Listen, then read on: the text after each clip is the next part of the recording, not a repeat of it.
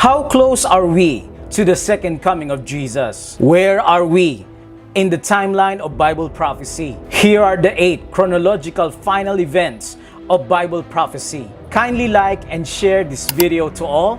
Thank you, dear friends, for supporting this media ministry. Think of Jesus as I present to you the order of last day events.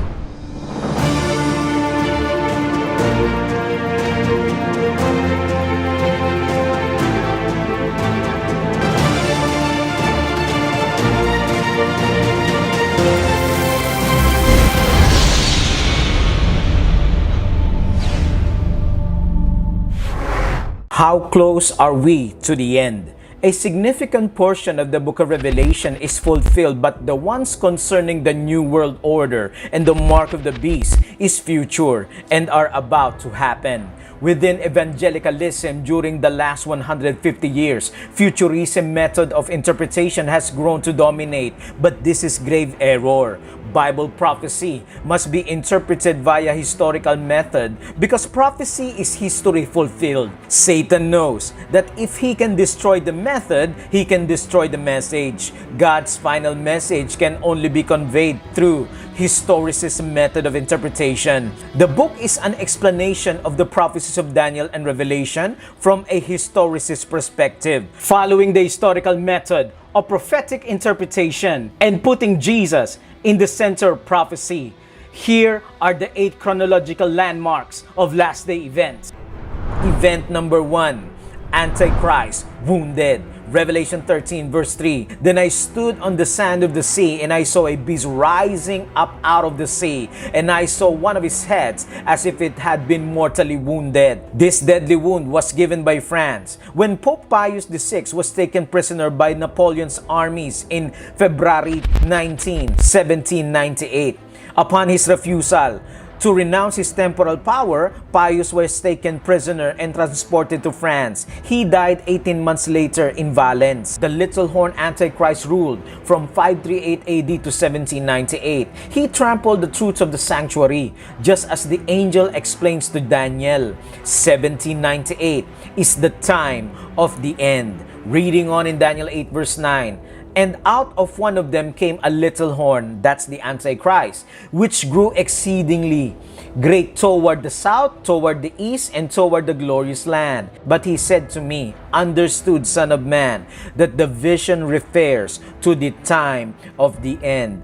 Furthermore, the same panorama can be seen in Daniel 7 and in Daniel 11. In Daniel 7, the little horn slays the saints of God for a period of 1,260 years. In Daniel 11, verse 31 to 39, we find a description of the same period, only now the little horn is called the King of the North. Reading on in the Bible, but at that time of the end, 1798, the King of the South, atheistic communism in the French Revolution, arises against the King of the North, the papacy, and gives it the deadly wound.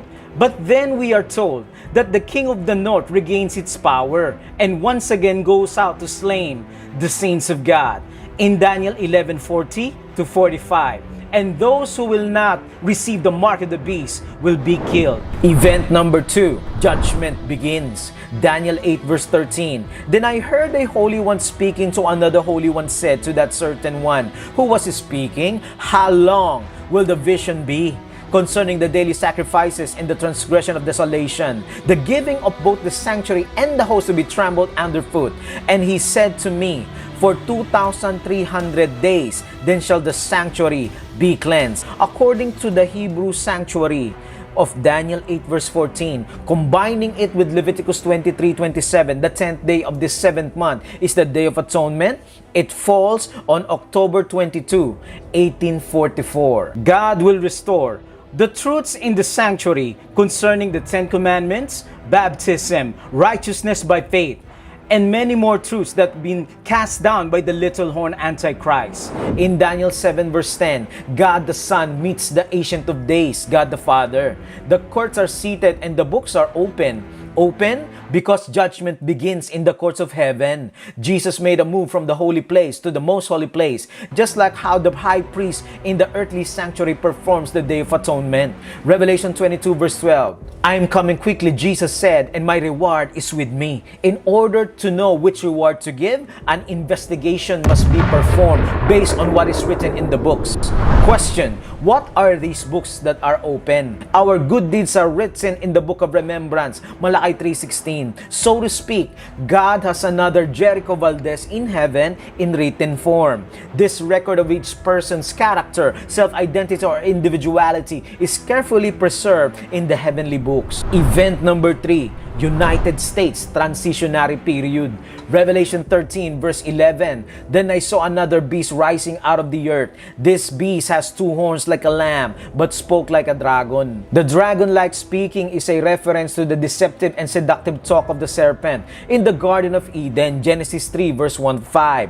As the prophets are the mouthpieces of God, so this end-time power is the mouthpiece of Satan. False prophets in the Bible claim to be God's representatives with a message from God, yet they lead people away from God. There is only one power that appeared in history in the post-medieval period that fits the description of the lamb-like beast of Revelation 13, the Protestant United States. Horns represents kings and kingdoms or governments. Daniel 7:24, Daniel 8:21. They represent America's 2 governing principles, civil and religious liberty. This land-like power with the description of Christ the Lamb will exercise all the authority of the first beast, the papal beast. United States right now is in that transitionary period. That's why you have the Christian nationalism. America is trying to use religion to control the government. We now have a Catholic US president who is a strong supporter of Pope Francis, Joe Biden. Event number 4, Sunday law enforced. Revelation 13 verse 12. And he exercises all the authority of the first beast in his presence, and causes the earth and those who dwell in it to worship the first beast whose deadly wound was healed. John says that the land beast will do all the bidding of the first beast, the papacy, and will cause it means force the world to worship him and receive his mark. When the issue on climate change became a world issue, you will notice that the papacy was involved heavily in suggesting solutions to the crisis. And the main point is to enforce a day of rest called Green Sunday Movement for the sake of saving the environment. Oh, Biden is also a strong advocate of the Go Green campaign of Rome. They do not see that if a Protestant government sacrifices the principles that have made them a free, independent nation, and through legislation brings into a constitution principles that will propagate papal falsehood and papal delusion, they are plunging into the Roman horrors of the Dark Ages. A law being legislated and annihilation of dissenters is not a foreign scenario in the Bible.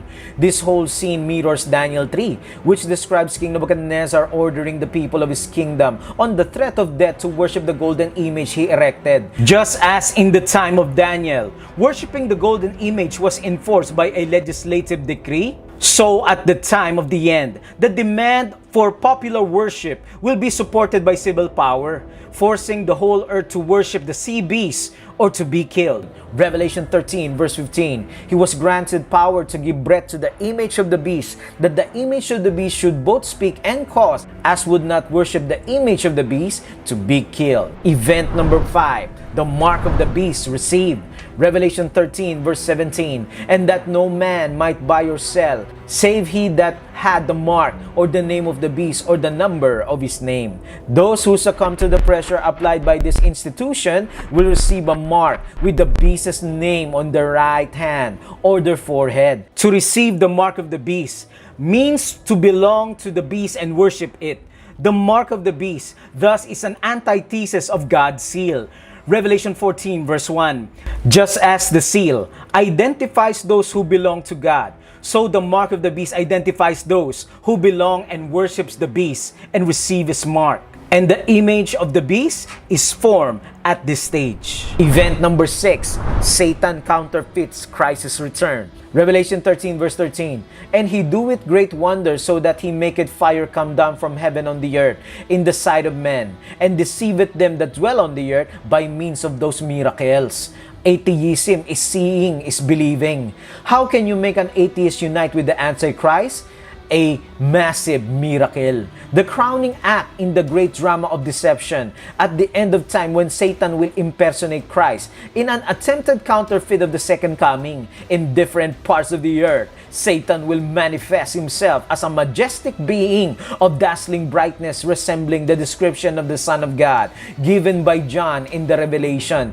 He heals the diseases of the people, and then in his assumed character of Christ, he claims to have changed the Sabbath to Sunday and commands all to hallow the day which he has blessed. This is the strong, almost overmastering delusion of Satan. Satan would deceive the very elect, Matthew 24 verse 24.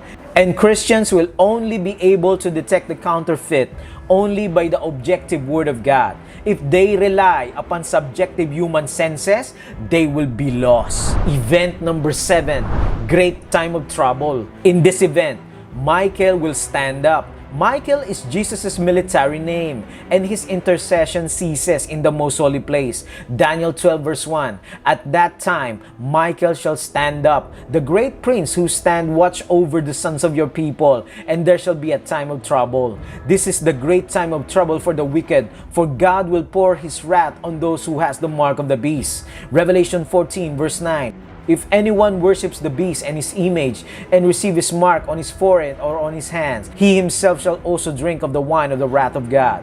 Revelation 15 verse 8 reflects this idea, telling us that before the 7 plagues are poured on rebellious humanity, Christ's mediatory ministry in heaven will be concluded. The door of opportunity will ultimately close, and the destiny of every person will be decided. Event number 8, the second coming of Jesus. Where are we in the prophetic timeline of last day events? We are between Revelation 13 verse 11 and 12. I believe that God is testing this final generation, a generation that I believe will witness the second coming of Jesus. And our greatest motivation to be born again is to be with Jesus for eternity. Fear God, give glory to Him, and worship Him is the whole duty of man. Kindly type in the comment section, eternity with my Jesus. Our only security is in the Word of God. Walk with Jesus today, friend, and may we all continue to seek truth in Bible prophecy.